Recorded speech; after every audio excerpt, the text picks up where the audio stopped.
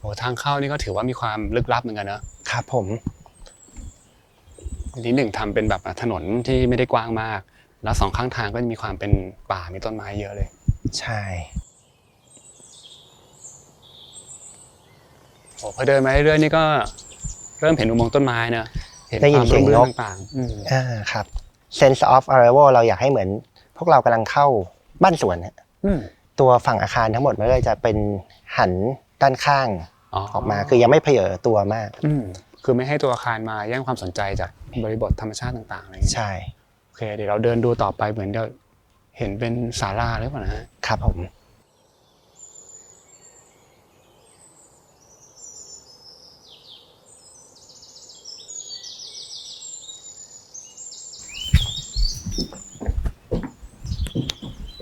โห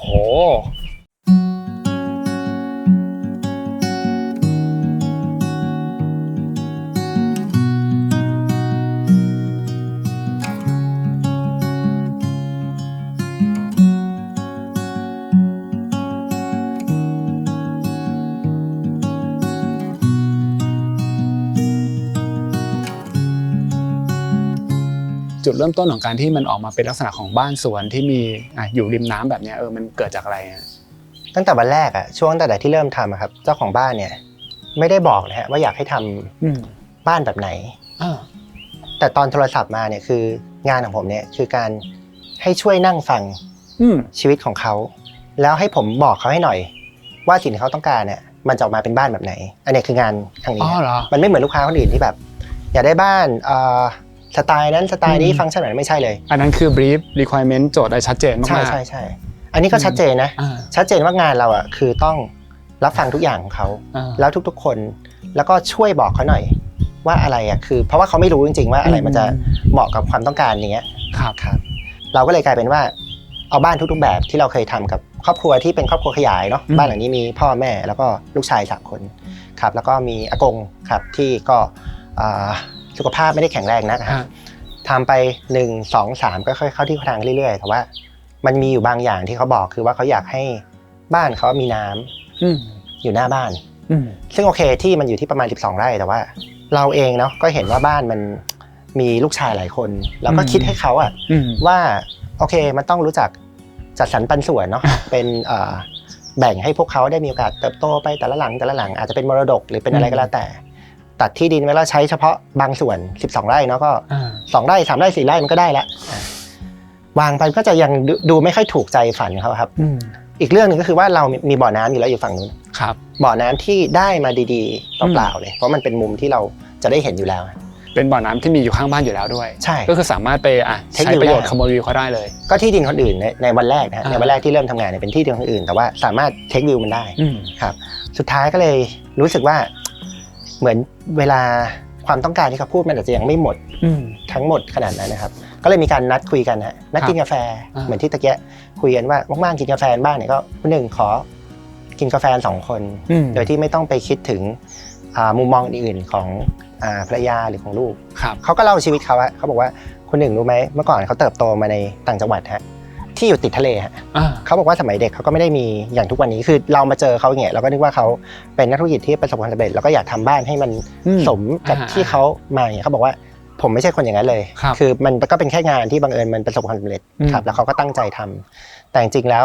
เขานึกภาพตัวเองว่าเขาคือคนต่างจังหวัดคนนั้นที่อยู่ที่ริมทะเลที่ตราดเขาบอกบ้านเขาที่เขาเติบโตมาได้ไม่ใช่เป็นบ้านที่มันสะดวกสบายมากนะเป็นบ้านเล็กๆแต่ว่าพอดีที่ว่ามันอยู่ริมหาดซึ่งสิ่งที่ทำให้เขามีความสุขในทุกวันแล้วก็ทำให้มีพลังในชีวิตที่จะเติบโตเป็นผู้ใหญ่ขึ้นไปได้คือเขาไม่อยากอยู่ในบ้านจะต้องออกไปนั่งอยู่ตรงระเบียงข้างหน้าหรือว่าตรงชายหาดข้างหน้าแล้วก็มองไปที่ท้องทะเลครับมองไปที่น้ำที่โล่งกว้างรอบๆอยู่ทุกวันแล้วเขาบอกเขาเติบโตแบบนั้นเขาไม่ได้เติบโตมาในบ้านนั่นเป็นสาเหตุที่ทำให้เขาอยากทำบ้านดีๆแล้วเขาอยากทำบ้านที่สร้างพลังให้เขาครับเหมือนตอนที่เขาเป็นเด็กนั้นจิตวิญญาณข้างยึดโยงอยู่กับน้ำตรงนั้นตอนเด็กอยู่เลยแล้วเขาก็หนักแน่นมากที่จะมาบอกเราถึงกับนัดแยกออกมากลับมาเนี่ยก็เริ่มชัดเจนขึ้นว่าเราจะกลับมาทำบ้านหลังเล็กๆแล้วก็เราจะทำน้ำแบบที่เขาต้องการจะทำเพื่อให้เขาได้นั่งมองไปเฉยๆแบบที่ไม่มีอะไรมากั้น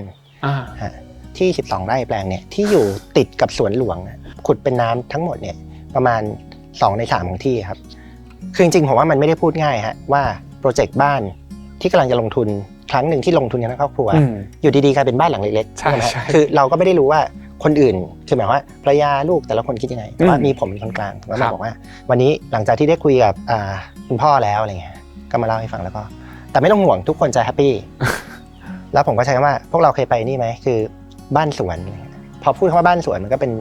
คำที่ใครๆก็อยากไปใครๆก็รู้ว่าบ้านสวนคือบ้านที่ทำให้เราเติมพลังของชีวิตเราที่มันจะอยู่ที่นี่แหละที่อยู่กรุงเทพที่ไม่ต้องขับรถไป2 ชั่วโมงไปนครปฐมไปเขาใหญ่อะไรเงี้ยแต่มันจะอยู่ตรงนี้แหละแล้วเราจะครีเอทสิ่งนั้นขึ้นมาพูดสั้นๆก็คือบ้านสวนริมน้ำเป็นคำที่เรียบง่ายครับแต่โจทย์สำคัญก็คือมันจะอยู่สบายไหมมันจะมียุงไหมครับอันนี้ก็เป็นจุดหลังจากกระดุมเม็ดแรกที่เราสรุปกันมาได้เนี่ยแล้วก็จนค่อยๆทำมันจะกลายเป็นสิ่งที่เกิดขึ้นตอนนี้ครับซึ่งต้องบอกทุกคนก่อนว่า12ไร่ครับถ้าจะทำสำหรับลูกชาย3คนจะแบ่งเป็นแปลงแต่ละหลังจะมีรั้วของตัวเองก็ได้หรือจะทำบ้านหลังใหญ่ๆเลยก็ได้มีฟาซิลิตี้ส่วนกลางมีอะไรแบบนี้ก็ได้แต่นี่กลายเป็นว่า2 ใน 3เป็นน้ำเป็นบ่อน้ำไปแล้วแล้วที่เหลือเนี่ยที่เมื่อกี้เราเดินนำคนเข้ามาเนี่ยก็ยังเป็นพื้นที่ของสวนแลนด์สเคปอื่นๆต่างๆอีกแล้วบ้านกลายเป็นว่าอยู่แค่จุดเดียวซึ่งไม่ได้ใหญ่เลยนะใช่ครับระบบนิเวศที่1สร้างขึ้นแล้วก็รวมถึงแลนด์สเคปต่างๆเนี่ยมันถูกคิดมายังไงบ้างฮะเดี๋ยวเรามาแบบนั่งกันก็ได้นะพอเรากลับไปดูสภาพภูมิศาสตร์ภูมิประเทศตรงนี้ครับตรงเนี้ยมันเป็นที่ลึกสุดนะครับของหมู่บ้านหนึ่งเรียกว่าเป็นที่ปลายตันที่สุดของหมู่บ้านที่เข้าจากทางหนึ่งแต่อยากจะบอกว่าตันที่สุดมันจะไปเจอตันที่สุดของอีกสิ่งหนึ่งคือตรงข้างๆเนี่ยเป็นปลายที่สุดของสวนที่ใหญ่ที่สุดในกรุงเทพครับคือสวนหลวงครับสภาพของที่ดินตอนที่มาเนี่ยคือที่รกร้างมีวัชพืชปกคลุมนะครับแต่ข้างๆคือที่อุดมสมบูรณ์ไปด้วยระบบนิเวศเพราะสวนหลวงมีมานานแล้วทั้งน้ำทั้งสวนทั้งต้นไม้ใหญ่นะทั้งสัตว์ที่มาตามธรรมชาติเนี่ยผมก็ได้เก็ตขึ้นมาว่าการสร้างบ้านสวนที่นี่ครับใจกลางกรุงเทพตรงเนี้ยเพอร์เฟกที่สุดแล้วเพราะมันเป็นระบบนิเวศเดียวกันฮะคือดินตรงเนี้ยเป็นดินเดียวกันนะฮะการทำตรงนี้ให้มันสมบูรณ์เทียบเท่ากันเนี่ยเลยกลายเป็นเรื่องที่แบบลงไปอีกนิดเดียวต้องสำเร็จแน่นอนฮะคำว่าบ้านสวนมันก็เลยเริ่มเห็นภาพขึ้นมากับคนในครอบครัวทุกๆคนครับ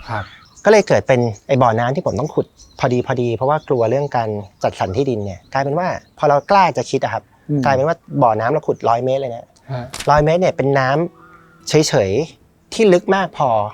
แล้วก็ต้องกว้างมากพอที่จะให้ระบบนิเวศมันเกิดขึ้นมาได้การขุดสระที่เรามองว่าเป็นเรื่องการไม่เมคเซนส์เนี่ยมันกลายเป็นว่าการทำก่อสร้างทั้งหมดนะฮะมันต้องเอาดินจากสักที่ไปถมอีกที่นึงให้สูงขึ้นอยู่แล้วกลายเป็นว่าการจัดการแลนด์สเคปตรงนี้ครับใช้ดินจากสระนี่แหละไปทำเนินไปทำที่บางวิวต่างๆด้านหลังหรือว่าเนินภูเขาด้านหลังอะไรเงี้ยครับแล้วก็การปรับสเคปให้มันมีสูงมีต่ำอะไรเงี้ยครับตอนแรกที่เราห่วงเรื่องการเมนเทนแนนซ์การดูแลต้องจัดการให้มันใสสะอาดตลอดเวลาน้ำไม่เน่าไม่เสียกลายเป็นว่าพอเราไปศึกษาระบบ Natural Pond นะครับก็จบเลยก็คือว่าแค่ทำให้ชีวภาพมันเกิดขึ้นได้หลากหลายจริงๆเนี่ยมันก็ไม่ต้องดูแลแล้วประมาณนั้นให้มีสัตว์ให้มีแมลงขอบบ่อให้กลายเป็นดินเหมือนเดิมนี่แหละแต่ว่ามีอยู่เรื่องเดียวที่ต้องทำคือต้องเก็บกักน้ำข้างใต้ให้ไม่ซึมหายไปเท่าไหร่ก่อนมีการปูชีตอะไรสักอย่างครับน้ำก็จะขึ้นลงไปตามการเหือดหายไปของความร้อนแล้วก็เติมเต็มใหม่ด้วยน้ำฝนครับแล้วมันก็จะไม่มีการแบบล้นออกมาท่วมใดๆไม่มีฮะไม่มีก็หลังจากระวางพวกนี้เสร็จครับช่วงที่พอระวางมาสเตอร์แพลนตรงทางเข้าเนี่ยแล้วก็ให้เข้ามาอย่างที่ได้เห็นเนาะให้เหมือนเข้าบ้านสวนพอมาถึงตรงเนี้ยซีนแรกที่เราอยากให้ทุกคนเห็นคือไม่อยากให้รู้ว่ามันเป็นบ้านฮะมีที่นั่งริมน้ำอยู่แล้วก็มีเก้าอี้วางอยู่ตัวนึงคือเป็นภาพนี้เลยนะตั้งแต่วันนั้นก็คือมุมศาลาตรงมุมนี้เลยเป็นภาพเดียวกันเป๊ะเลยว่ามาถึงเนี่ยให้เจอแค่ศาลาริมน้ำแล้วก็จบแล้วก็มานั่งพักผ่อนที่นี่บ้านมีไม่มียังไม่ต้องรู้ไม่ต้องสนใจบ้านไม่สนใจคือมาที่เนี่ยชีวิตคุณเนี่ยได้เติมเต็มจิตวิญญาณของคุณละมันถึงเป้าหมายฝันของคุณละพอเราเริ่มทำศัลยกรรมเนี่ยตอนลงรายละเอียดพืชพันธุ์ก็มีคุณหนุ่มนะจากแลนด์สเคป TK Studio เนี่ยเข้ามาดูแลต่อให้ลงรายละเอียดได้มากขึ้นจนสมบูรณ์แบบนี้ครับซึ่งต้องบอกว่าลักษณะของต้นไม้พันธุ์ไม้ที่เลือกเนี่ยหน้าตามันก็จะเป็นเหมือนแบบคือพยายามให้มันใกล้เคียงธรรมชาติที่สุดนะครับ แต่ว่าก็จะแบ่งเป็น2ส่วนแหละส่วนที่มันเป็นจุดที่อยู่ริมน้ำต่างๆเนี่ยจะมีความเป็นธรรมชาติมากๆคืออยากให้เป็นฟีลแบบบ้านสวนริมน้ำที่หนึ่งบอกใช่แต่ว่าในส่วนที่มันอยู่รายล้อมตัวบ้านเนี่ยอันนี้ก็อาจจะมีความแบบเป็นที่มีการดีไซน์แบบนี้นะใช่ครับโอเคฮะงั้นก็เดี๋ยวจากตรงนี้เนี่ยเดี๋ยวเราจะเดินไปดูในส่วนของบ้านกันซึ่งเมื่อกี้ที่หนึ่งบอกมุมศาลาตรงนี้เนี่ยมันจะเป็นมุม drop off เนอะพอเวลาขับตรงเข้ามาเนี่ยลักษณะจะเป็นเหมือนวงเวียนแล้วรถก็จะ drop ตรงนี้แล้วก็วนกลับไปปุ๊บเข้าไปจอดเสียบตามช่องต่างๆแล้วก็สมาชิกในบ้านทุกคนอาจจะต้องลงตรงนี้ก่อนใช่แล้วก็เดินเข้าบ้านไปครับผมโอเคครับ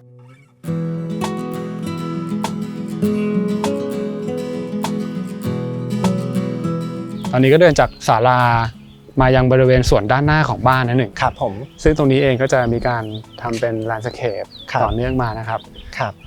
แล้วก็ตอนนี้ด้านหลังเราจะเริ่มเห็นบ้านชัดเจนแล้วเดี๋ยวให้ดึงเล่าให้ฟังหน่อยว่าทำไมบ้านถึงออกมาเป็นฟอร์มแบบนี้แล้วก็จะเห็นว่ามันเป็นบ้านทั้งหมด3หลังนะครับจริงๆถ้ารวม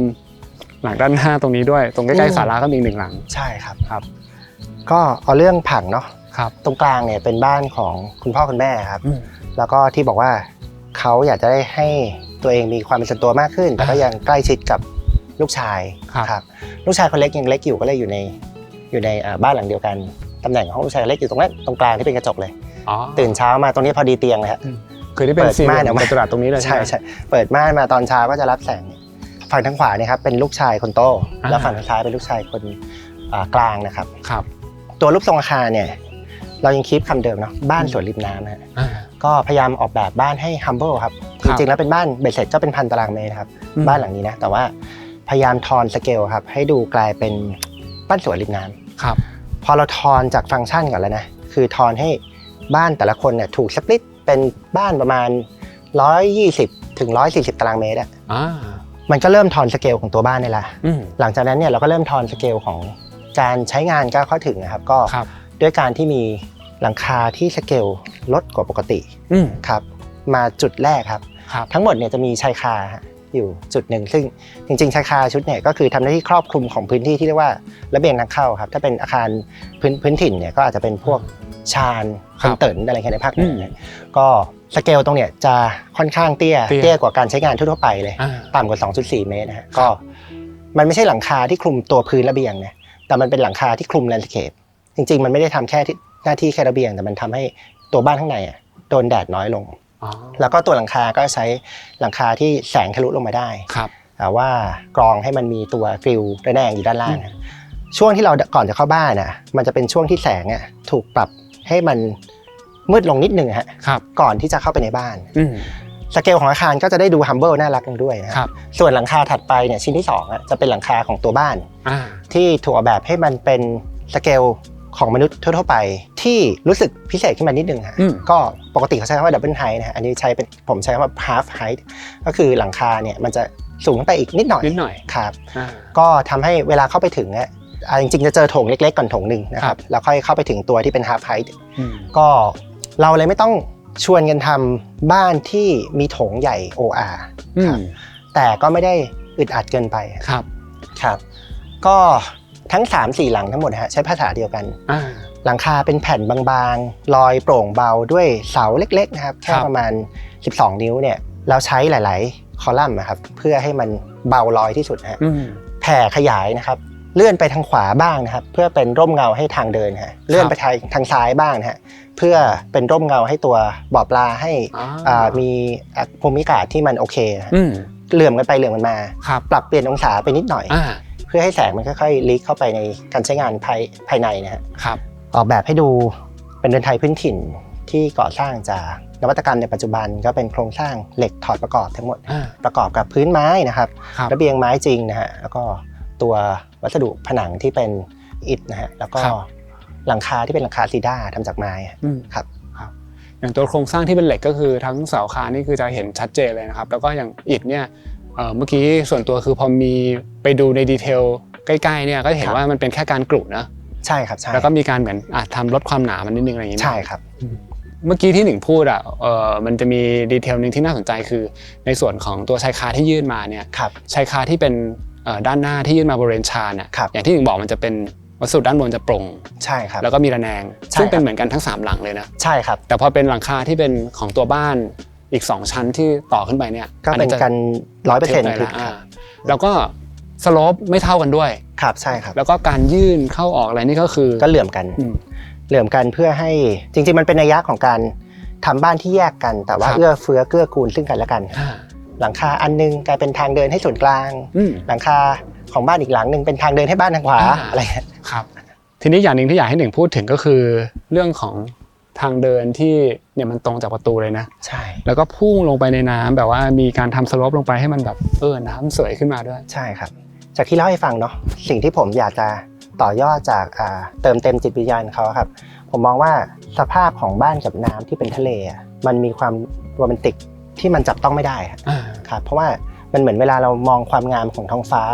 เราจะมองเห็นว่ามันสวยงามแต่เราไม่มีวันจะไปถึงบนนั้นทะเลเนี่ยไม่ต่างกันคือมันสวยก็จริงฮะแต่เราไม่มีวันจะไปอยู่ใจกลางมหาสมุทร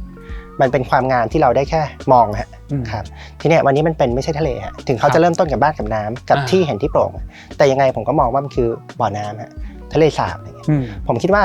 มันมีความมีชีวิตมากกว่าแล้วสุดท้ายเราพูดคำว่าระบบนิเวศชีวิตที่มันเมื่อก่อนได้แค่มองฮะวันเนี้ยเขาสามารถสร้างมันไม่ได้แล้วฮะตั้งแต่ตอนเด็กได้แค่มองวันนี้คือสามารถทำทุกอย่างด้วยมือเขาเองได้เนี่ยผมอยากจะให้เขาได้มีโอกาสได้ลิ้มลองสัมผัสน้ำที่มันเคยอยู่ไกลตัวตลอดให้มันเติมเต็มจิตวิญญาณเขาจริงๆฮะเกิดมาเป็นทางเดินที่จะเชื่อมโยงฮะแล้วก็นำพาให้คนที่ก่อนจะเข้าบ้านและออกจากบ้านครับเข้าไปเอาตัวตนของเราเนี่ยไปเชื่อมโยงกับน้ำจริงๆซึ่งก็ออกมากลายเป็นคล้ายๆกับสมมุติถ้าเป็นทะเลคือสะพานปลาครับอันนี้ก็เป็นสะพานที่ให้คนได้เอาเท้าลงไปสัมผัสน้ำจริงๆแล้วก็ไอตัวทางเดินตรงเนี้ยมันก็จะทิ่มลงเป็นสโลปลงไปในน้ำระยะหนึ่งครับประมาณ 4-5 เมตรครับมันเชื่อมโยงมนุษย์กับธรรมชาติแล้วก็เติมเต็มจิตวิญญาณเขาแบบที่ว่าจับต้องได้ครับโอเคฮะเดี๋ยวจากตรงนี้เราขยับขึ้นมาคุยกันตรงศาลาตรงนี้นึงนะครับได้ครับแล้วตรงนี้มีเต่าด้วยฮะใช่ อันนี้เป็นเต่าบก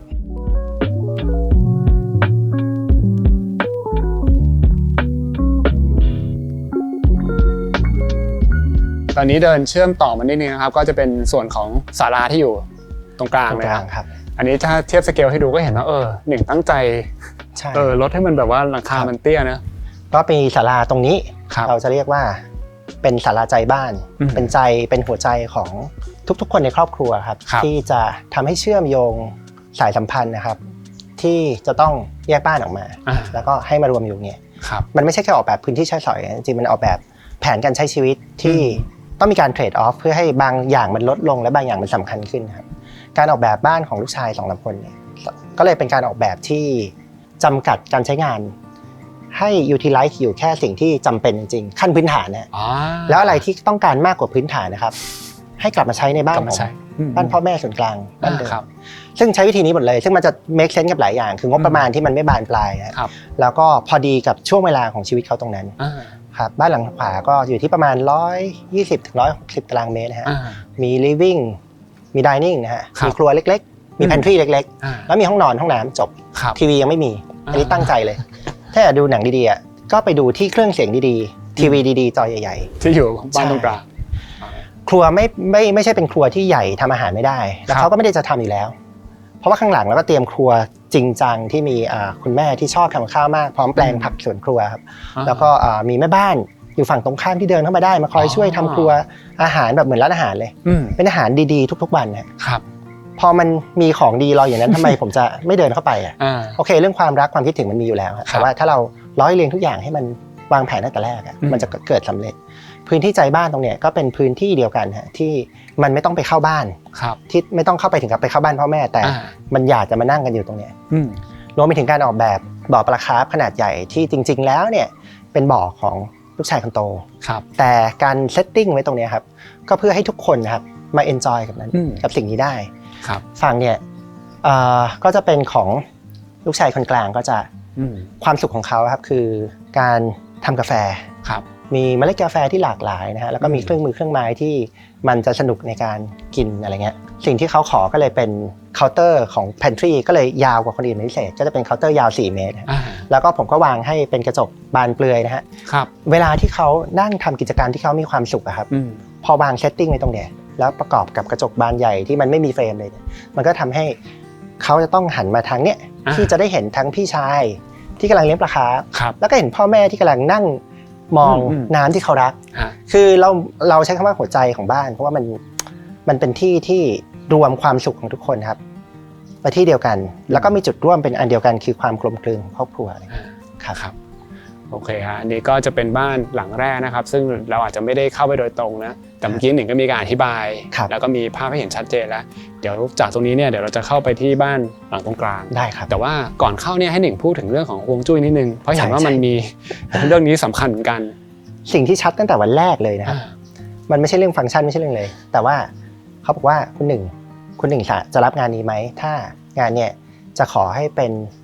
ตรงตามหลักการของชินแสของเขาฮวงจุ้ยของเขาเนี่ย100%ด้วยตั้งแต่วันแรกครับซึ่งปกติอะถ้าได้รับโทรศัพท์แบบเนี้ยเราจะกังวลแล้วว่ามันจะได้ศัลยกรรมที่มันเหมาะสมกับชีวิตจริงๆไหมนะครับทีนี้พอผมประเมินทุกอย่างผมก็รู้สึกว่าเฮ้ยมันมีความเป็นไปได้เพราะว่าชินแสที่เขาจะมาเนี่ยเขาจะมาตั้งแต่วันแรกฮะแล้วก็เป็นอย่างนั้นเลยฮะเราก็สร้างระบบการทำงานออกแบบไปพร้อมกับชินแสซึ่งสรุปบ้านหลังนี้ที่เห็นอยู่ทั้งหมดที่กลายเป็นบ้านเรือนไทยพื้นถิ่นดีไซน์อะไรโครงสร้างเหล็กมีฟังก์ชันอะไรที่น่าสนใจหลากหลายทั้งหมดตรงตามตำราของชินแสทั้งหมดทุกมิลลิเมตรครับผมทั้งการที่บ้านที่ดูเหมือนจะแยกแต่ก็ต้องจริงๆแล้วครับต้องร่วมกันนะบ้านลูกชายคนโตต้องอยู่ซ้ายมือของประธานนะครับซ้ายมือของพ่อแม่นะครับลูกชายคนกลางต้องอยู่ขวามือแล้วต้องเยื้องไปข้างหน้านิดนึงเยื้องหน้าทุกคนอะไรเงี้ยประธานต้องอยู่ข้างหลังเลยข้างหลังสุดครับคอยดูแลคอยปกป้องทุกอย่างอย่างความสูงลดหลั่นอะไรก็มีผลจริงๆมันก็มาจากโจทย์แรกด้วยครับพอเราเอาฮวงจุ้ยเป็นโจทย์แรกเราค่อยขยับไปเรื่องดีไซน์ไปเรื่อยๆแล้วเอามาเมิร์จกันจนมันลงตัวฮะความสูงมันก็ไปสอดคล้องกับที่ผมอยากทำอาคาร Humble อยู่แล้วอะทำบ้านหลังอื่นอาจจะไม่ได้ฮะแต่พอทำบ้านพร้อมท่านอาจารย์เนี่ยที่บอกว่าให้หน้าต่ำหลังสูงผมได้อะกลายเป็นไล่สโลปไปใช่ดีไซน์ของคนหลังคามากลายเป็นว่าดีไม่ดีถ้าไม่มีอาจารย์เนี่ยเจ้าของบ้านอาจจะไม่ได้โอเคกับทำให้หลังคาด้านหน้าต่ำก็ได้ครับก็เอาเป็นว่าเราเองก็ทำทุกอย่างให้ได้สมบูรณ์โดยที่ว่าร้อยเรียงความสุขของทุกคนรวมไปถึงพระอาจารย์ชินแสด้วยครับผมจากตรงนี้เนี่ยเดี๋ยวให้หนึ่งพาเข้าไปในบ้านหลังกลางครับผม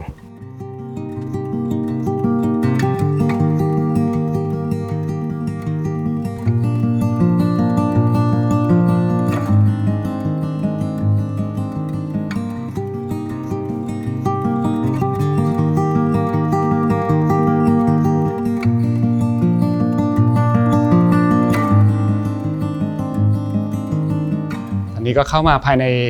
บ้านหลังกลางนะครับซึ่งก็จะเป็นบ้านที่มีความสูงที่สุดใช่แล้วก็เป็นบ้านที่พื้นที่ใหญ่ที่สุดเป็นบ้านของคุณพ่อคุณแม่พอเข้ามาแล้วสิ่งหนึ่งที่แบบรู้สึกชอบเลยก็คือความแบบโล่งที่มันสามารถเชื่อมโยงกับภายนอกได้แล้วก็เรารู้สึกว่ามุมมองที่มันเชื่อมกับสวนนะมันมีความพิเศษแล้วก็ชัดเจนมากอันนี้คือด้านข้างเนี่ยส่วนด้านหลังเราตรงนี้ก็คือเป็นจุดที่เนี่ยดันหน้าต่างออกไปนะแล้วก็เห็นน้ำครับที่เป็นหัวใจของงานทั้งหมดการขุดบ่อน้ำขนาดยาวนะฮะเพื่อให้มองไปที่น้ำได้แล้วก็การออกแบบเลเยอร์ที่มันเป็นโอเพนแพลนนะครับค่อยๆเลื่อนจากการนั่งต่ำระดับโซฟานะฮะแล้วก็ไปนั่งระดับโต๊ะกินข้าวแล้วก็เป็นบาร์เพื่อให้อยู่ตรงไหนเนี่ยก็สามารถมองทะลุไปจนถึงน้ำนั้นให้หมดครับทีนี้ในส่วนของเฟอร์นิเจอร์เนี่ยเมื่อกี้พอหนึ่งพูดเรื่องต่ำเราก็รู้สึกเหมือนกันว่าตั้งใจเลือกให้ความสูงเฟอร์นิเจอร์มันต่ำนิดนึงด้วยไหมใช่ครับอย่างโต๊ะกินข้าวจะเห็นชัดนิดนึงถูกต้องครับเราเหมือนต้องมานั่งโปรเจกต์ครับว่าจะทำยังไงให้เห็นน้ำมันไม่ใช่แค่ตรงเนี้ยมันก็จะเป็นเรื่องของทางเดินข้างหน้าแล้วก็รวมไปถึงตัวศาลาใจบ้านตรงกลางนะครับที่ว่าต้องให้ต่ำลงไปอีกแล้วก็วิธีนั่งก็ต่ำลงไปแล้วก็ค่อยสูงขึ้นมาเฟอร์นิเจอร์ก็เป็นเรื่องเดียวกันฮะแล้วตรงที่สูงที่สุดก็จะเป็นตรงเคาน์เตอร์บาร์ครับทีนี้อยากให้หนึ่งพูดเรื่องการดีไซน์สวนมุมนี้สักนิดนึงนะครับจริงๆสวนมุมนี้เนี่ยเป็นมุมที่มันสะดุดตาตั้งแต่ตอนที่เราเดินเข้ามาแล้วมันอยู่ใกล้มากแล้วก็มันค่อนข้างจะแบบมีเอฟเฟกต์มีอิมแพคกับเราครับผมโครงการนี้มันถูกคิดมาตั้งแต่การวางมาสเตอร์แพลนของทั้งหมดนะครับเราก็เว้นที่ว่างเป็นพื้นที่สีเขียวกั้นไว้ประมาณ7 เมตรนะฮะเพื่อตั้งใจจะปลูกต้นไม้ใหญ่นะฮะไม้ยืนต้นนะครับแล้วก็พวกกลุ่มพืชคลุมดินนะฮะเป็นบัฟเฟอร์ระหว่างทางเข้าตรงนั้นเพื่อตั้งใจให้ในฝั่งทางนู้นมองกลับมาคือบ้านมันถูกซ่อนตัวลงไปกับธรรมชาติในทางกลับกันเนี่ยพอเราอยู่ในเนี่ยเราก็ จะสามารถเห็นธรรมชาติในพื้นที่ประมาณ6เมตรเนี่ยได้เต็มที่โดยที่ว่าเวลาเห็นรถเข้าออกคนเดินผ่านไปผ่านมาก็ยังไม่รู้สึกว่ามารบกวนความเป็นส่วนตัวกับบ้านนะเราก็วางผังแนวคิดนี้ไปนะฮะแล้วก็จริงๆทางเข้าหลักคือทางเข้าตรงที่เราเดินเข้ามาแต่ว่ามันต้องมีทางช็อตคัทครับให้คนที่เข้ามาประจำเข้ามาได้เมนเทนแนนซ์เนี่ยก็เลยเกิดเป็นช่องทางเดินช่องแคบเล็กๆตรงนี้ฮะการวางมาสเตอร์แพลนทั้งหมดเนี่ยก็ได้ทาง PK Studio ครับได้เข้ามาช่วยลงพืชพันธุ์ให้มันดูดียิ่งขึ้นนะครับดูครึ้มดูอย่างธรรมชาติยิ่งขึ้นครับทีนี้พอเราเดินลึกเข้ามาถึงมุมที่เป็นโต๊ะกินข้าวจะเห็นว่าspace กับ volume มันมีการเปลี่ยนแปลงไปนะใช่ครับตรงนี้คือถูกคิดมายังไงบ้างพอจังหวะที่เรากำลังอยู่ใน living เนี่ยสเกลของฝ้าก็จะเป็นสเกลปกติที่ไม่สูงเกินไปไม่ต่ำเกินไปบ้านทั่วไปอาจจะอยากจะทำให้เข้ามาถึงแล้วดูพิเศษจำได้ไหมฮะหลายๆหลังเนี่ยก็จะแบบเข้ามาถึงแล้วเป็นดับเบิลไฮท์ที่เนี่ยจะไม่มีฮะแล้วต้องไม่มีเพราะว่าเราอยากให้คนค่อยๆปรับความรู้สึกมาทีละจังหวะทีนี้ประเด็นก็คือพอมาถึงตรงนี้เราไม่ได้ต้องการให้สูงนะฮะแต่เราต้องการให้คนกลับมาเริ่มรู้สึกรับรู้ถึงธรรมชาติอีกทีนึงฮะโถงบันไดเนี่ยเป็นดับเบิลวอลลุ่มที่เราได้มาฟรีๆคือบันไดมันต้องต่อเนื่องกันอยู่แล้วแล้วก็ใช้ตรงนี้ให้เป็นประโยชน์ก็แค่ต่อเนื่องกับฝั่งนี้ให้เป็นแกนเดียวกันแล้วก็จะเข้ามาเห็นในตรงตัวโถงหลักที่เราออกแบบให้มันต่อเนื่องไปกับสวนที่วางไว้8เมตรที่ว่าตะเกียครับตรงเนี้ยจะเป็นที่ทุกเย็นนะครับคุณพ่อคุณแม่ลูกชาย3คนมากินข้าวด้วยกันเพราะฉะนั้นผมคิดว่ามันเหมาะสมกับการทำสเปซให้มันสอดคล้องไปกับปริมาณคนนะครับที่มากครับคือเราเหมือนออกแบบวอลลุ่มของมันให้สอดคล้องกับการใช้งานต่างๆแล้วก็ได้เสพกับธรรมชาติที่เต็มที่แต่รู้สึกสนใจในประเด็นที่หนึ่งบอกว่าคือมันเป็นโถงสูงก็จริงแต่ว่ามันเป็นเซนส์ของการเชื่อมโยงกับธรรมชาติที่ชัดเจนนะมันไม่ได้เป็นเซนส์ของความลักชัวรี่ที่จะต้องรู้สึก OR ดูแกรนมีแชนเดเลียมีอะไรใดๆนะมันกลายเป็นแบบสูงแต่เก้าอี้ก็อย่างสเกลก็ยังประมาณนี้นะเอาพอดีไม่ได้เป็นโต๊ะตั้งใจให้ยาวลองเทเบิลเก้าอี้ดูใหญ่ๆใช่ครับแล้วก็นอกจากเรื่องของการเชื่อมโยงนะครับที่มองเห็น2ฝั่งแล้วเนี่ยอีกจุดหนึ่งที่อยากให้หนึ่งเล่าก็คือเรื่องของการจัดการเรื่องช่องแสงจะเห็นว่ามันมีหลายจุดมากแล้วก็มันกลายเป็นว่าบางช่องแสงเนี่ยมันเกิดจากจังหวะที่เหมือนหลังคามันเสียบเข้ามาอะไรแบบนี้นะแล้วก็มีการแบบยึดเข้าไปบ้านหลังนี้มันถูกออกแบบจากแผ่นหลังคาหลายๆแผ่นนะเข้ามาวางซ้อนทับกันสูงต่ำเพื่อกำหนดเรื่องสเกลนะครับแล้วก็เรื่องของการสร้างอาคารหลายๆหลังให้มันดูเป็นหนึ่งเดียวกันสิ่งที่เราได้จากแผ่นหลายๆแผ่นนะเราทำให้มันลดทอนจากช่วงต่ำนะฮะช่วงกลางช่วงสูงเนี่ยแล้วเราก็ทำให้มันกระจายออกจากกันหรือทำให้มันเพเยอไม่เท่ากันไงเหตุผลอีกอันหนึ่งที่เราต้องการคือเราต้องการแสงธรรมชาติเข้ามาข้างในมันก็เลยเกิดเป็นช่องแสงที่มัน indirect ครับใช้คำว่าที่มันรั่วมาแสงที่รั่วมาจากแผ่น2แผ่นที่มันห่างกันส่วนที่น้อยที่สุดอาจจะอยู่แค่40เซนแล้วส่วนที่มากสุดก็ไปเมตรกว่านะฮะโอเคครับแล้วก็อีกอย่างหนึ่งที่อยากให้เล่าก็คือเรื่องของบันไดจุดที่น่าสนใจคือราวกันตกครับผมดูน่าจะเป็นดีเทลที่มันมีการคัสตอมไมซ์ขึ้นมาเองเลยนี่คือ1ดีไซน์เองเลยป่ะใช่ครับก็เนื่องด้วยที่ว่าเราต้องการทำบ้านให้เร็วที่สุดแล้วก็ได้อยู่ที่เร็วที่สุดนะครับทั้งหมดที่เห็นตรงเนี้ยมันก็จะเป็นเหล็กแต่ว่าเราเอาเหล็กที่ผ่านเซนส์ของดีไซน์ให้เป็นดีเทลของเซนส์ของไม้ซึ่งจริงๆแล้ว2อย่างนี้มันมีส่วนคล้ายๆกันนิดนึงฮะคือเหล็กเนี่ยเป็นวัสดุที่สามารถเชื่อมต่อตรงไหนก็ได้วิธีการรับแรงของเขาคือการวางทับซ้อนแล้วก็เชื่อมกันฮะซึ่งมันคือเหมือนไม้เป๊ะเลยฮะไม้คืออยากตัดตรงไหนตัดนะครับบากตรงไหนบากเหล็กไม่ได้ต่างกันมากเชื่อมได้นะครับวางทับได้รับแรงแบบเดียวกันข้อดีกว่ามากๆก็คือแข็งกว่าแข็งแรงกว่าบันไดตรงนี้แล้วก็โครงสร้างของงานดีไซน์ทั้งหมดเนี่ยก็ได้แรงบันดาลใจจากพวกนั้นจะเห็นว่าเราสามารถใช้เหล็กตัวเล็กๆที่เหมือนไม้แค่2ท่อนนะครับเป็นตัวรับบันไดทั้งหมดที่ออกมาจากผนังซึ่งถ้าเป็นโครงสร้างไม้จริงไม่มีทางเป็นไปได้แล้วตัวเราตั้งเองก็ถูกใช้ดีไซน์เหมือนกันเข้าไม้ครับ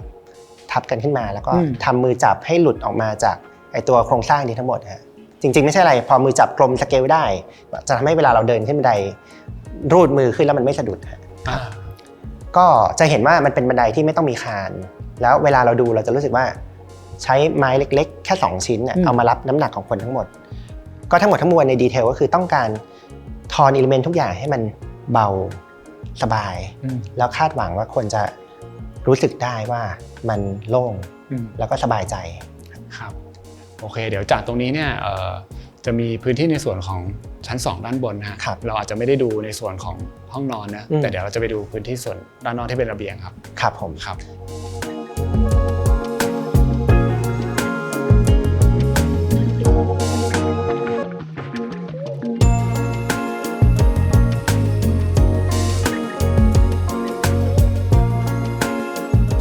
ขึ้นมาบนชั้น2นะครับซึ่งเมื่อกี้อย่างที่บอกเราอาจจะไม่ได้เข้าห้องนอนเรา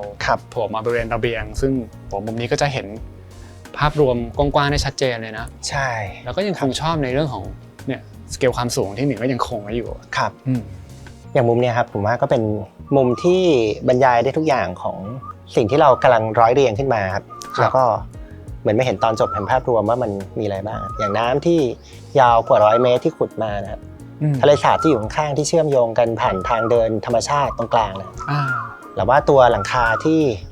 โปร่งเบาลอยอยู่นะฮะแล้วก็องศาที่เป็นคนละองศากันที่ทำให้เกิดเชดดิ้งของแสงและเงาเข้มอ่อนต่างกันสเกลที่มันกำลังพอดีเวลาที่เรากำลังยืนอยู่จนทำให้เราอยากนั่งมันลงมาครับการออกแบบมานั่งที่ได้แรงบันดาลใจมาจากเรือนไทยพื้นถิ่นนะฮะที่สามารถลงไปห้อยขาได้อย่างเงี้ยแล้วก็แท่นตรงเนี้ยที่สามารถวางมือได้ชายคาที่ช่วยทำให้กรองเม็ดฝนออกมาให้มันกลายเป็นรูปเป็นร่างมากขึ้นนะตรงนี้คือเป็นดีเทลที่ต้องการให้มันเกิดเม็ดฝนใช่ครับตอนแรกเนี่ยว่าจะถามหนึ่งอยู่เหมือนกันว่าทำไมตรงปลายของมันจะต้องมีลักษณะตัวแผ่นที่มันมีการเจาะรูแบบ perforate แบบนี้อยู่คืออยากร้อยเรียงให้คนรู้สึกว่าอยู่กับธรรมชาติได้จริงๆผ่านดีเทลอันนี้แหละฮะก็คือแทนที่เราจะทำรางรับน้ำเพื่อเก็บน้ำไปอย่างเรียบร้อยแล้วก็เข้าท่อต่อไปที่เดรนฮะทั้งที่มันคือน้ำฝนให้มันกลายเป็นว่าที่เป็นกรองน้ำฝนแทนหลังคาสโลปเนี่ยโดยธรรมชาติเนี่ยน้ำมันก็จะไหลลงไปแรงแน่นอนมันอาจจะเปื้อนเปื้อนที่อื่นบ้างเราก็เปลี่ยนกลายเป็นว่าให้มันมีระยะมากพอ30 เซนเนี่ยฮะให้น้ำเวลาไหลมาเนี่ยก็มากรองกันอยู่ตรงนี้ก่อนแล้วก็พอมันมีรูเนี่ยน้ำมันจะค่อยๆหล่นลงไปเองโอเคในเรื่องการลดความเร็วของน้ำเนี่ยก็ได้ระดับหนึ่งแล้วแต่สิ่งที่เราได้มามากขึ้นก็คือว่าเวลาน้ำที่มันค่อยๆหยดลงมาเนี่ยสำหรับผมมันเป็นการทำความรู้สึกฮะทำฤดูกาลให้มันจับต้องได้การทำสิ่งเนี่ยมันคือทำให้เราเห็นเม็ดของมันค่อยๆหยดลงมาแล้วก็คล้ายๆกับเรื่องแสงแดดนะครับที่ผมมองว่ามันคือเป็นความปิติของการมีชีวิตอยู่ท่ามกลางธรรมชาตินะฮะพอได้สัมภาษณ์หนึ่งมาหลายๆหลังก็รู้สึกว่าหนึ่งจะมีความละเอียดในเรื่องของการขยายหรือการทำให้เราสัมผัสกับธรรมชาติได้เป็นรูปธรรมชัดเจนมากยิ่งขึ้นซึ่งจริงๆลักษณะแบบนี้เนี่ยมันจะต่างจากรางระบายทั่วไปที่ไม่รู้ใช้คำว่าจัดการน้ำถูกไหมคือพยายามจัดการให้มันมารวมแล้วก็ลงท่ออย่างเรียบร้อยซึ่งอันนั้นโอเคเราไม่ต้องกังวลว่ามันจะมาส่งผลอะไรกับตัวเราแต่แบบเนี้ยฝนตกมาจริงๆก็มีโอกาสที่ลมอาจจะพัดเข้ามาตรงนี้อยู่ดีแต่ว่าในเรื่องของสุริยะหรือการที่เราได้สัมผัสมันก็เป็นอีกอารมณ์หนึ่งที่เราว่ามันก็ดีคนละแบบนี้นะใช่ครับในฝั่งของมนุษย์นะครับก็อย่างคนอย่างพวกเราหรืออย่างเจ้าของบ้านเนี่ยมันก็จะออกแบบตำแหน่งให้บางทีประตูทางออกจากบ้านนะครับเหมือนว่าสมมตินะฮะเรากำลังออกไปทำงานเนี่ยเส้นทางที่เราจะออกไปคือประตูบานนี้แหละแต่ทางออกเส้นนำสายตามันตรงไปที่น้ำนะครับแล้วมันค่อยเปลี่ยนวัสดุให้เลี้ยวขวาไปที่รถครับสิ่งที่มันเกิดขึ้นกับทุกวันนะฮะลองไปสัมภาษณ์ของเจ้าของบ้านได้ครับก็คือว่าเขาจะหยุด appreciate กับฝันของเขาอยู่ตรงนั้นก่อนเสมอฮะแล้วค่อยเดินไปทางขวาฮะหรือบางวันเนี่ยมันก็จะทำให้เขาต้องเดินเข้าไปใกล้ๆตรงนั้นนะฮะเวลาที่มีทางเดินที่มันอยู่ผิวน้ำตื้นๆเนี่ยเราจะเห็นปลาบางประเภทนะฮะปลาตัวเล็กปลาตัวเล็กที่ว่ายขึ้นมาหาอาหารอยู่ตรงแถวๆนี้เพราะฉะนั้นมันเป็นจุดเดียวที่ทำให้เราได้เห็นระบบนิเวศที่อยู่ในนั้นอย่างเป็นรูปธรรมครับแล้วก็มันถูกทรีตจิตวิญญาณด้วยอะไรบางอย่างที่ปกคลุมด้วยธรรมชาติระบบนิเวศก่อนออกจากบ้านทุกวันแล้วก็ก่อนกลับบ้านทุกวันครับ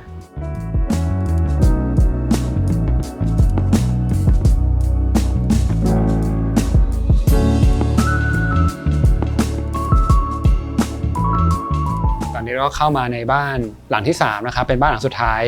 บ้านหลังนี้มันจะมีความพิเศษตรงที่ว่ามีบ่อปลาคาร์ฟขนาดใหญ่เลยครับผมแล้วก็ตัวระดับเวลาเรานั่งไปเนี่ยมันก็จะออกแบบให้รู้สึกเหมือนนั่งอยู่บน บ่อน้ำนั่งอยู่ระดับเดียวกันกับผิวน้ำปลาคาร์ฟเนี่ยทำขอบหน้าต่างให้สูงขึ้นเท่ากับพอดีของสเกลของที่นั่งฮะอยู่ที่ประมาณ45 เซนครับจริงๆพอดูฟังก์ชันเนี่ยคือฟังก์ชันก็เหมือนบ้านหลังแรกที่เราดูนะก็มีส่วน living มี pantry มีกินข้าวมีอะไรแหละแต่ว่าลักษณะมันมีความแตกต่างกันมากเลยในเรื่อง mood and tone อ่ะใช่หลังนี้มันจะดูตั้งใจเปิดออกเชื่อเป็นธรรมชาติแล้วก็เป็น living ในแบบที่ไม่ได้เห็นทั่วไปบ่อยๆนะครับส่วนข้างบนเองก็คือมี1ห้องนอน1ห้องนอนฮะแล้วก็1ห้องน้ำครับก็คือแนวคิดคือทำให้พอดีก็แนวคิดสอดคล้องกันหมดแหละทำให้พอดีของความต้องการเฉพาะบุคคลนั้นจริงไม่ต้องคิดเผื่ออย่างบ้านหลังเนี้ยให้ความสำคัญกับธรรมชาติและบ่อปลาคาร์ฟครับครัวเขาไม่ค่อยได้ทำก็เป็นพันทรีเตรียมอาหารนะครับแล้วก็ชอบอ่านหนังสือนะฮะชอบนั่งเล่นแล้วก็ขึ้นนอนไม่มีทีวีครับเพราะว่าดูผ่าน iPad ดูผ่านโทรศัพท์อะไรเยอะแยะกว่าตั้งเยอะก็ทีวีไม่จำเป็นซึ่งมันก็ดีทำให้กลายเป็นว่า living ผมเนี่ยก็เป็น living ที่ได้เสพกับธรรมชาติที่อย่างเต็มที่ครับครับ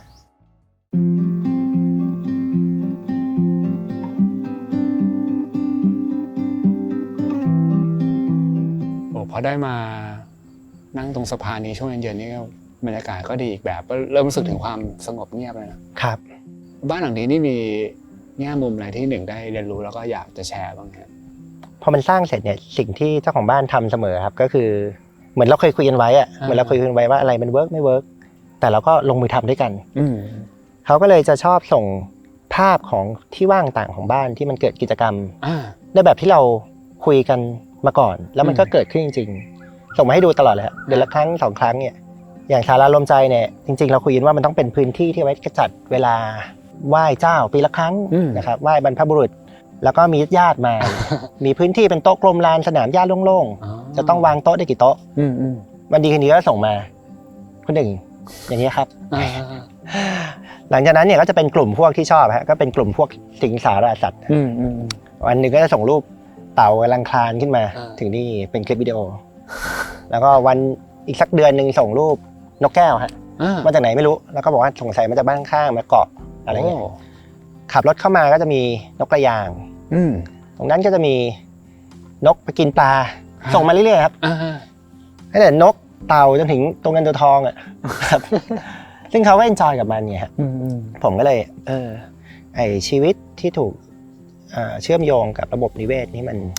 ทำได้จริงแล้วคนก็มีความสุขอยู่กับสิ่งนั้นๆจริงๆอันนึงที่ผมแบบประทับใจมากเลยรูปที่เห็นนะครับเป็นรูปเด็กคนหนึ่งครับนอนตรงเนี้ยที่เรากำลังนั่งเนี่ยนอนขากลางแนบกับพื้นไม้ตัวเนี้ยแผ่อย่างนี้เลยแล้วตอนกลางวันด้วยแดดร้อนมากคือแสงอาทิตย์เป็นเงาแบบตรงเลยฮะแล้วก็มองท้องฟ้าเป็นภาพนิ่งนะฮะแล้วคนนั้นผมสูงดูก็เป็นน้องชายคนเล็กแล้วคนที่ส่งมาให้คือพี่ชายคนโต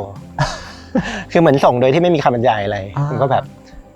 เหมือนเขาจะแชร์ว่าตรงเนี้ยมันเป็นพื้นที่ที่เราแบบคุยกันเยอะฮะทั้งเรื่องการที่ทางเดินที่ลงไปในน้ำความปลอดภัยความอันตรายการลื่นการเลือกใช้วัสดุอะไรอย่างเงี้ยฮะซึ่งยังไงเราก็ยืนยันกันทั้งหมดนะฮะว่ามันต้องเป็นไม้จริงเคยได้ยินไหมฮะว่าไม้ธรรมชาตินี่ครับนุ่มกว่าเบาะดีๆนุ่มกว่าเตียงดีๆนอนบนไม้ธรรมชาติเนี่ยนุ่มที่สุดแล้วซึ่งจริงๆวันนั้นผมก็พูดกับเขาอย่างนี้แหละว่าถ้าเราไปเลือกใช้วัสดุอื่นที่ไม่ใช่ไม้ครับเราจะไม่สามารถเดินเท้าเปล่ามาคุยกัน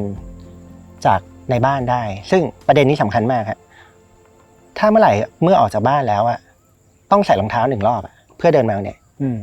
มันขาดตอนเลยนะฮะคือความรู้สึกมันไม่เชื่อมต่อนะเพราะว่าพอเดินมาถ้าเราใส่รองเท้าตรงนี้ต้องมาถอดใหม่เพราะฉะนั้นตรงเนี้ยต้องเป็นแมททีเรียลที่ยังรู้สึกเชื่อมโยงกับมนุษย์ที่เป็นธรรมชาติแล้วค่อยๆเดินลงมาเรื่อยๆจนถึงน้ำซึ่งก็ดีกว่าหลายเรื่องฮะมันทำให้เรารู้สึกว่ามนุษย์บางทีมันไม่ได้เทรดออฟกับฟังก์ชันการใช้สอยอย่างเดียวเท่านั้นมิติของคุณค่าของการอยู่อาศัยมันมีมากกว่านั้นครับกับอีกอย่างหนึ่งที่บ้านหลังนี้เห็นคือเรารู้สึกว่ามันไม่ได้ตอบโจทย์ในเรื่องของการเป็นบ้านขนาดใหญ่พื้นที่ใช้สอยเยอะๆหรือนำเสนอความลักชัวรี่หรือใช้พื้นที่12 ไร่แบบครบเต็มที่เลยอะไรแบบนี้มันกลับนำเสนออีกทางเลือกหนึ่งที่ดูน่าสนใจอะไรเงี้ยใช่ซึ่งเรื่องเนี้ยก็ทำให้เราเข้าใจมนุษย์มากขึ้นเนาะคือ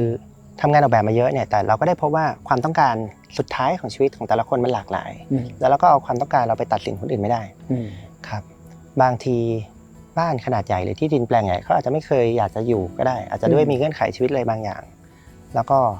คำตอบของความสุขมันไม่ใช่ขนาดมันอาจจะเป็นที่ที่สามารถกู้คืนจิตวิญญาณของเราในตอนเด็กความทรงจำของเราที่เราถูกยึดโยงไว้กับมันแล้วก็หายไปหลาย10 ปีแล้วก็เอามันกลับมาให้ได้ครับถ้าเราทำสิ่งนั้นได้บางทีขนาดเองหรือว่าความหรูหราอะไรเนี่ยอาจจะเป็นเรื่องที่เป็นรองไปก็ได้ที่ดินที่เราไปตัดสินเองว่ามันมีความสำคัญแต่เนื้อของชีวิตเราอาจจะสำคัญกว่านั้นอีกแต่จริงๆเมื่อกี้พอหนึ่งบอกคำตอบความสุขไม่ขนาดดูเป็นคำที่แบบสโลแกนขายๆตามทั่วไปเนอะแต่เราว่าอันนี้เห็นภาพชัดถ้าตัดสินที่บ้านนะแต่ถ้าสมมติตัดสินทั้งหมดก็อาจจะมีคนคอมเมนต์อยู่ดีนะแบบว่าก็นี่ขนาดใหญ่แต่ถ้าอยากให้ดูที่บ้านนะดูกันจริงๆว่าแบบขนาดความสุขของบ้านความหรูหราความเป็นดับเบิลรูมอะไรต่างๆเนี่ยเรื่องนึงแต่อันเนี้ยมันเป็นขนาดในอีกแบบนึงแล้วกันนะอีกมิตินึงเลย